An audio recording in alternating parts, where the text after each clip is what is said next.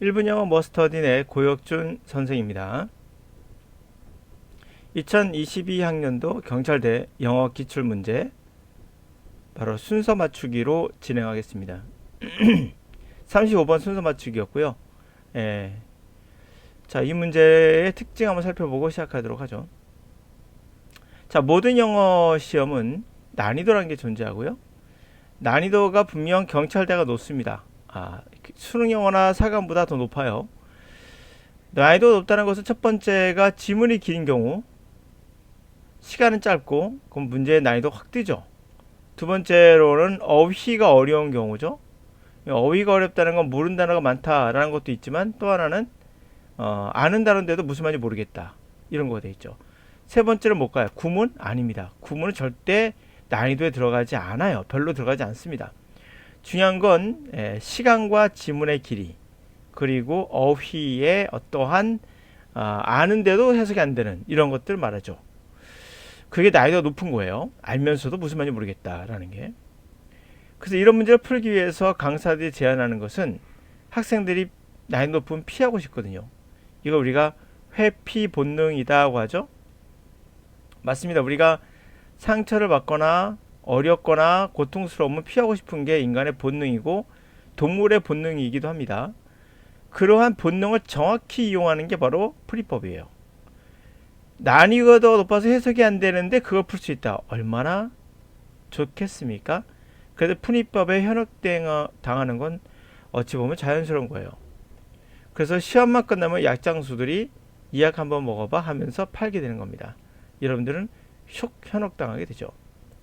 문제는 그것이 정확하지 않다는 거죠. 자, 이 경찰대 문제, 그러면 이것을 다 읽고 해석하는 학생들은 없느냐? 있다는 거죠. 그러니까 내가 못하면 남들도 못한다 생각하지 마세요. 내가 못해도 남들은 하는 애가 있습니다. 그런 학생들을 뽑는 거죠. 그래서 소수만 뽑히는 거예요. 자, 이거 다 읽어야 됩니다.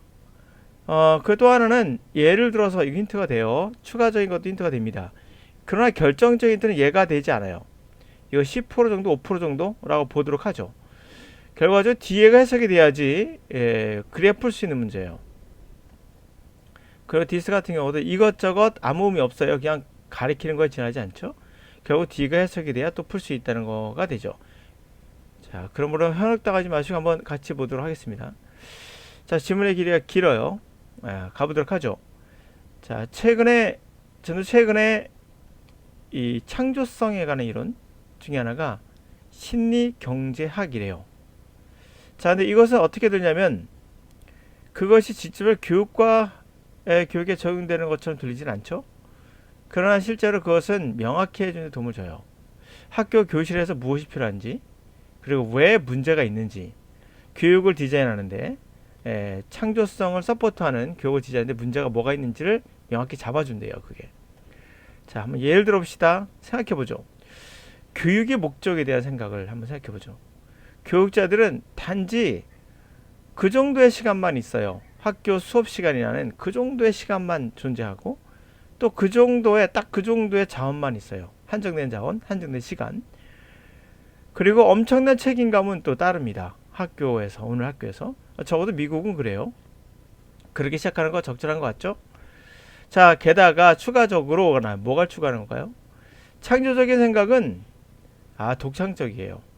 그래서 정의에 의해서, 그러니까 명확하게 분명하게 교육자가 알지 못할 거예요. 결과가 어떻게 될까? 만약에 그가 오픈엔드, 끝이 열렸으니까 뭐 무제한은 거죠. 제한이 없는 그러한 무제한적인 일을 사실 이젠 창조성을 허락해주는, 가능케 하는 그러한 공개된, 오픈되어 있는 그러한 태스크를 한다 해도 결과가 어떻게 될지 몰라요. 독창적이니까. 그때 문제가 바로 그 이득이 불확실하다는 거예요. 그리고 그 비용을 정당화하기도 어려워요. 투자 같은 시간 투자 같은 거 정당하기도 그래서 어렵죠. 그렇게 되니까 문제가 어떻게 나올지 모르니까 결과가. 그래서 투자해야 됩니다라고 정당화시키기도 참 어렵죠. 이득도 혜택도 사실 불확실하고. 자, 이것이 바로 커리큘럼이 명확히 성과를 내야 되는 거예요. 창조성은 그렇지 않아요. 창조성은 흔히 학생들의 내재된 그런 동기부여에 따르거나 또는 자기 표출, 개개 학생들의 그냥 자신의 어떤 표출에 따라 창조성이 변화가 일어나죠. 이렇게 이제 문장의 해석은 됐어요. 이제 순서를 맞춰봐야겠죠. 자, 앞에서 뭐라고 하냐면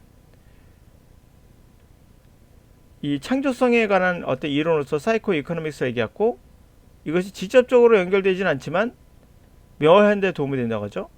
교실에 무엇이 필요한지, 그리고 문제가 창조성을 서포트하는데 문제가 뭔지를 얘기하면서 정확히 얘기가 맞겠죠. 예를 들어서 자, 이제 교육의 목적을 생각해 보자고요.